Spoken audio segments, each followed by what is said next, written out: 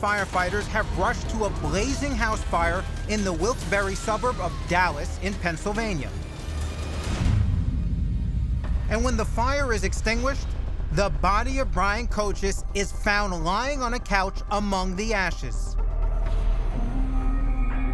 Investigators say Brian Cochis didn't die in the fire that took place right here. He was dead already. Stabbed more than 25 times. His throat was slashed from ear to ear. And the fire itself was no accident. It was intentionally set by the killers to cover their tracks. It's overkill. That's what it is. It's overkill. The house had also been ransacked and several items stolen. A Rolex watch with his initials BCK on the back. That was missing. There were computer towers missing. There was a laptop missing, and there was tapes, master tapes that Brian had. Brian Cochis was a notorious adult movie baron known as King Cobra, named from Cobra Video, the X-rated production company he had built and run from his home. He focused more on a younger male, late teens, early 20s, physically fit, boyish looking. And investigators immediately suspect Cochis' murderer is connected to the porn business.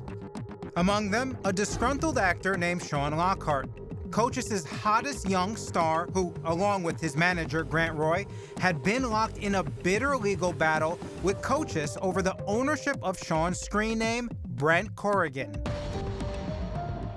The day after the fire, we looked at them as possible suspects because of the litigation that was going on. So that's, obviously, they come to your radar very quickly. But it is learned that both Sean and Grant were 3,000 miles away at their home in San Diego at the time of the murder. And police turned their attention to somebody else they discover was at Cochis' house on the night of the killing. Through the investigation, we knew that he had a model coming over to visit him by the name of Danny Moylan. Police had uncovered numerous emails between the two that revealed Cochis had set up an audition shoot for Moylan. We were able to pull off Danny Moylan's application, and on there was a picture of quote-unquote Danny Moylan. And after distributing the picture, cops get some surprising news from Virginia. We got numerous calls from the Virginia Beach area saying, hey, this isn't Danny Moylan. This is Harlow Quadra. The same Harlow Quadra who, along with his porn production partner, Joe Karakis, had met just 2 weeks earlier with Sean Lockhart in Las Vegas to try to hire him for a series of movies they planned to make, only to discover that Sean was still under contract to Cochis, but ominously boasting they could remove that obstacle. And cops would learn that Harlow had even called Sean after the Cochis murder.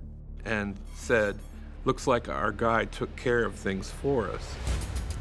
Police find credit card records and surveillance video showing Harlow and Joe had traveled to Pennsylvania just before Cochis' murder, rented the same car that was seen outside his house the night of the killing, and bought an expensive knife at a pawn shop.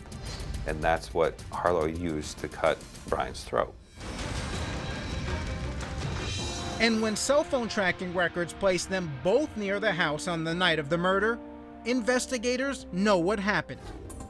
Harlow, posing as the auditioning model calling himself Danny Moylan, had turned up for his appointment with Cochis. So Joe's in the car, Harlow's inside, they're drinking wine. Brian at the time is in a good mood. Whatever happened on the couch, whether they were kissing or whatever, you know, we believe they were. And Harlow saw the opportunity where Brian let his guard down and just cut his throat. And then stabbed Cochis a total of 28 times. And then they set the place on fire. And then they drive back to Virginia Beach. Police get a search warrant for their house, and they find several of the items stolen from Cochis' home. But there is no sign of Harlow and Joe. Joe and Harlow lived on the run for many months.